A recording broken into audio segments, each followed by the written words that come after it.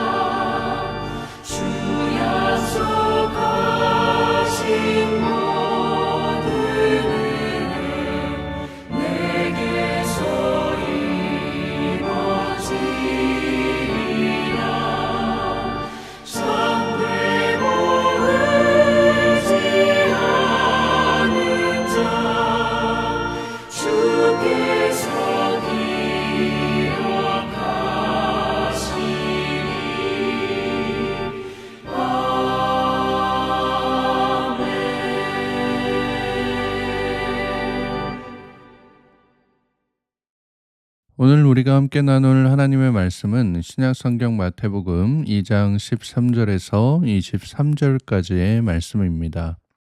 마태복음 2장 13절에서 23절까지의 말씀을 공동체 성경 읽기로 함께 읽도록 하겠습니다.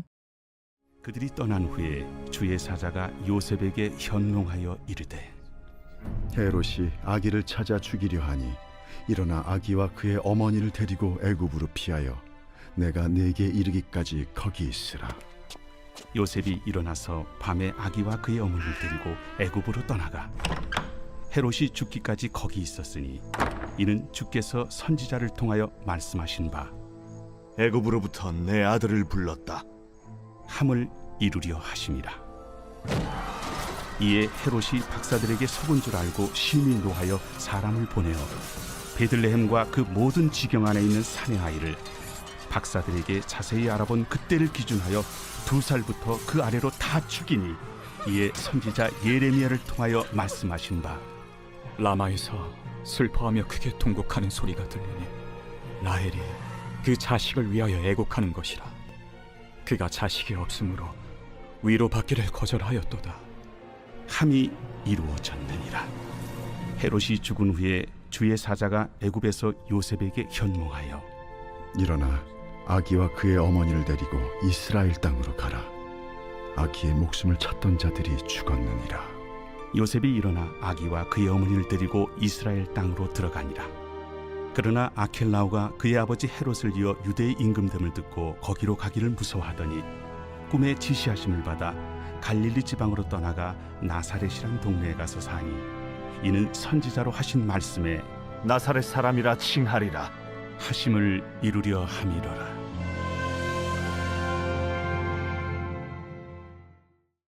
오늘도 새벽 만나 기도를 통해 하나님께서 주시는 말씀의 은혜와 평안이 사랑하는 성문가족 여러분들과 함께 하시기를 축복합니다. 오늘 우리가 함께 읽은 본문은 하나님께서 요셉에게 꿈에 현몽하셔서 아기 예수님을 헤롯의 칼날로부터 구해주시고 무사히 나사렛으로 피신시키시는 그런 내용이 나타나 있습니다. 오늘 본문 13절 말씀을 보시면 그들이 떠난 후에 주의 사자가 요셉에게 현몽하여 이르되 헤롯이 아기를 찾아 죽이려 하니 일어나 아기와 그의 어머니를 데리고 애굽으로 피하여 내가 내게 이르기까지 거기 있으라 하시니 라고 말씀합니다. 동방박사들이 떠난 후에 주의 사자가 요셉에게 이제 꿈에서 나타나서 얘기를 해주는데 헤롯이 지금 아기를 찾아 죽이려고 하니까 가족들과 함께 애굽으로 피해라 라고 하는 내용이었습니다. 이렇게 요셉의 꿈에 나타나서 하나님께서 명령하신 게 벌써 두 번째이죠. 첫 번째는 지난 화요일에 보셨던 1장 20절 말씀에서 이렇게 나왔습니다. 이 일을 생각할 때에 주의 사자가 현몽하여 이르되 다윗의 자손 요셉아 내 아내 마리아 데려오기를 무서워하지 말라. 그에게 잉태된 자는 성령으로 된 것이다 라고 명령해 주셨습니다. 이 명령도 이제 솔직히 금방 따르기 쉽지 않은 명령이었죠. 지금 애굽으로 피해라 라고 하는 이 명령도 요셉의 입장에서는 금방 듣기 참 어려운 그러한 이제 말씀인데 첫 번째 이 명령도 참 쉽지 않은 명령이었잖아요. 마리아의 임신 사실을 알고 가만히 끊고자 생각했던 요셉이었는데 그러한 요셉에게 마리아를 데려오라 라고 하는 이 하나님의 명령은 그리 쉽게 수긍할 수 있는 게 아니었습니다.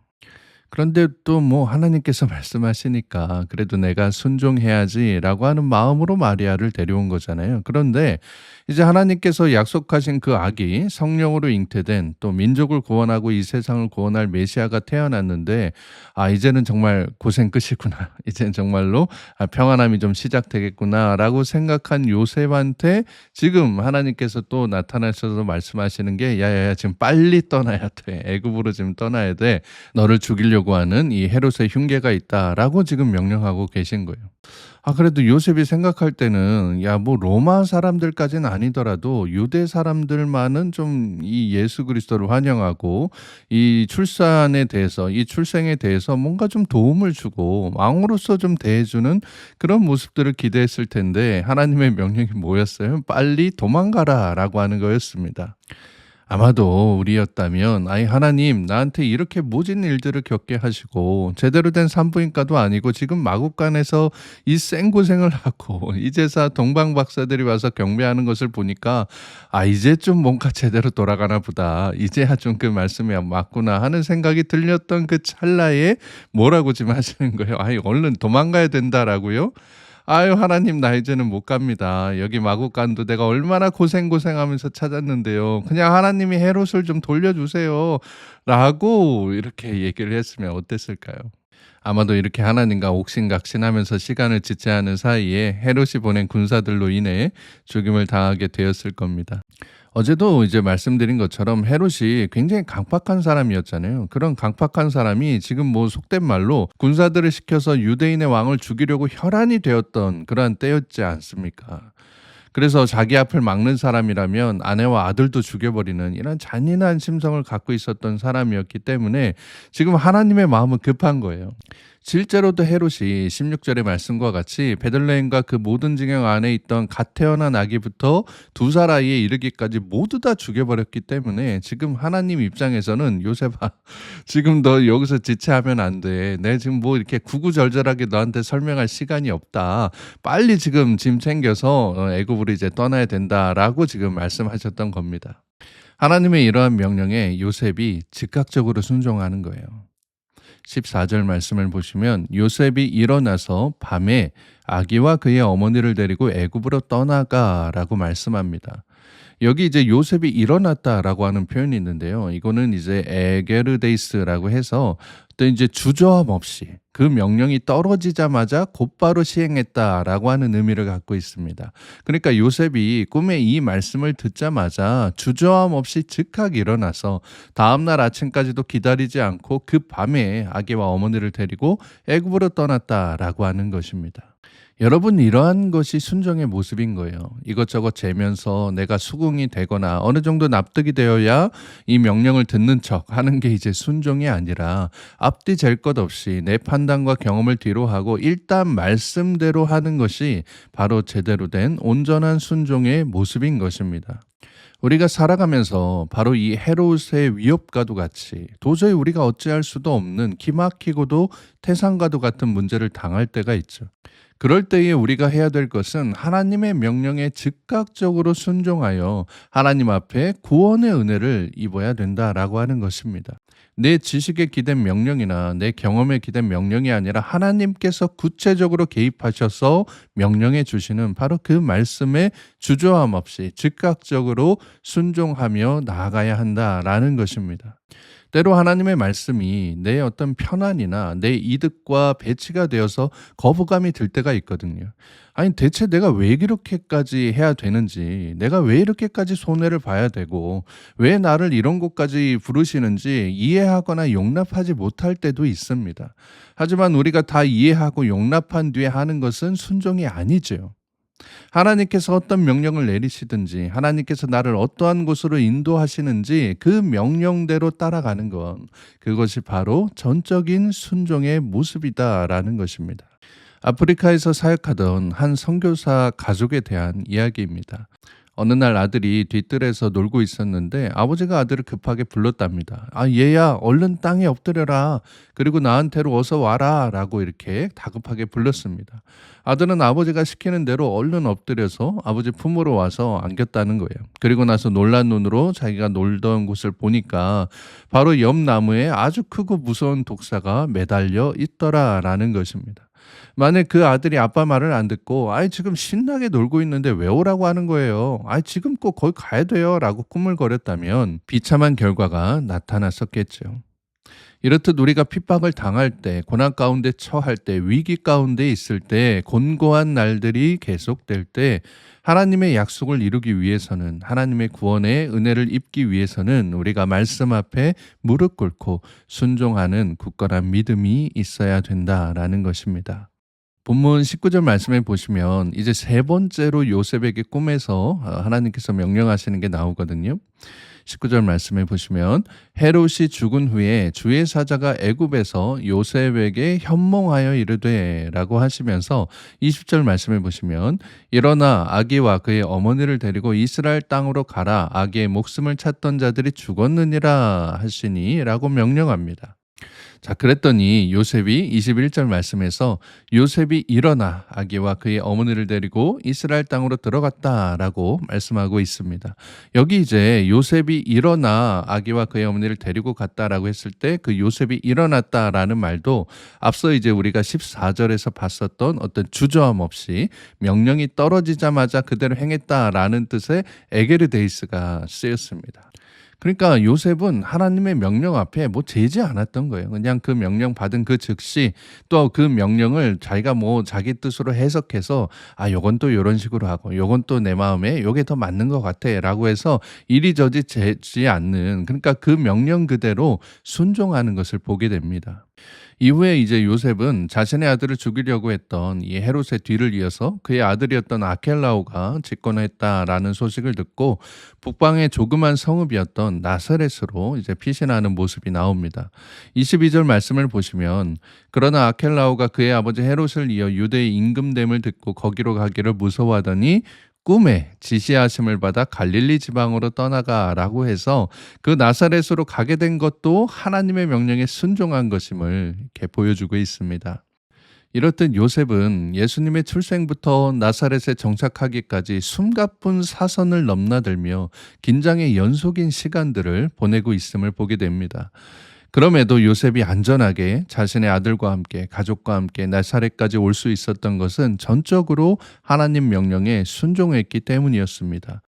여기서 우리는 아주 중요한 포인트를 깨달아야 됩니다. 그것은 바로 하나님께서 우리의 삶에 큰 고난과 역경이 다가올 때 우리에게 말씀을 통해서 그 명령을 통해서 우리를 구원의 길로 인도해 주신다라고 하는 것입니다.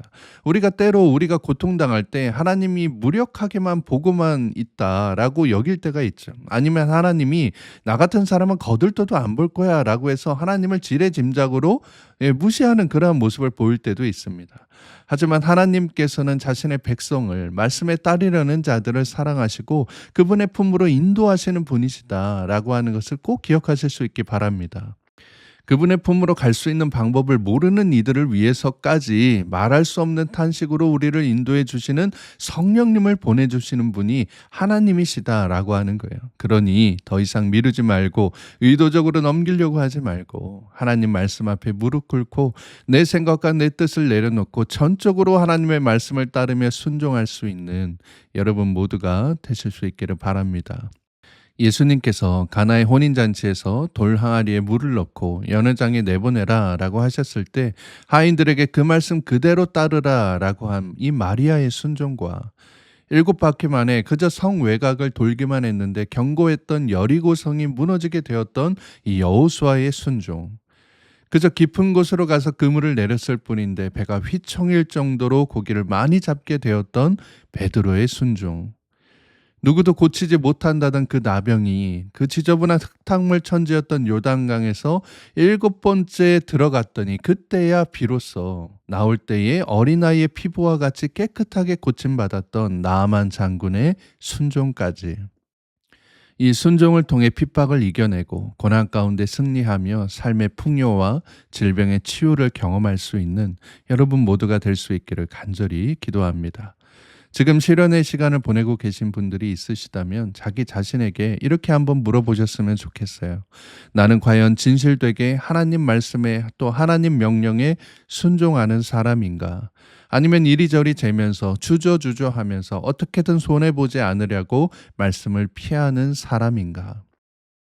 여러분이 하나님 말씀 안에 거하고 계시다면, 요셉과 같이 그 즉시 일어나 하나님 명령에 순종하고 계시다면 두려워하지 마시기 바랍니다. 무서워하지도 마시기 바랍니다. 왜냐하면 전능하신 하나님께서 여러분 곁에 계시고 여러분을 붙들고 계심을, 여러분을 보호하고 계심을 믿고 오늘도 복음 들고 여러분의 삶의 지경 가운데 담대히 나아갈 수 있는 사랑하는 모든 성문의 가족들 되시기를 주님의 이름으로 축복합니다. 함께 기도하겠습니다. 사랑과 은혜가 풍성하신 하나님 아버지, 오늘도 새로운 날 주심에 감사드립니다. 오늘 이 새벽에 우리에게 말씀을 통해 요셉이 하나님의 명령에 그 즉시 순종하여 주저함 없이 떠났던 것처럼 우리도 말씀 가운데 거하며 그 명령에 망설임 없이 순종해야 함을 깨닫게 하시니 감사드립니다. 나를 무너뜨리려는 사탄의 모든 관계 앞에서, 내 가정을 무너뜨리려는 세상의 모든 핍박 앞에서 하나님을 신뢰함으로 그 명령에 순종함으로 하나님께서 허락해 주시는 구원의 은혜를 꼭 누리며 살아갈 수 있는 우리 모두가 되게 하여 주시옵소서. 거룩하신 우리 구주 예수 그리스도의 이름으로 기도드리옵나이다. 아멘. 주기도문으로 기도를 마치겠습니다. 하늘에 계신 우리 아버지여, 이름이 거룩히 여김을 받으시오며 나라의 마옵시며 뜻이 하늘에서 이룬 것 같이 땅에서도 이루어지이다. 오늘날 우리에게 일용할 양식을 주옵시고 우리가 우리에게 죄 지은 자를 사하여 준 것 같이 우리 죄를 사하여 주옵시고 우리를 시험에 들게 하지 마옵시고 다만 악에서 구하옵소서. 대개 나라와 권세와 영광이 아버지께 영원히 있사옵나이다. 아멘. 이제 함께 기도하는 시간을 갖도록 하겠습니다. 오늘은 전도와 선교를 위해 기도하는 시간인데요. 우리 교회가 후원하고 있는 우리 여러 교회들, 근삼교회, 또 보배로운 교회, 대구 성문교회를 위해서 함께 기도해 주시고, 또 특별히 네팔에서 선교하고 계신 우리 선교사님을 위해서 이 모든 분들의 올 한 해 사역과 목회직 가운데 하나님의 구원의 역사와 은혜가 풍성히 넘쳐날 수 있도록 함께 기도해 주시기 바랍니다. 오늘 하루 여러분의 모든 삶의 지경 가운데 하나님의 평강이 함께 하시길 빕니다. 함께 기도하겠습니다.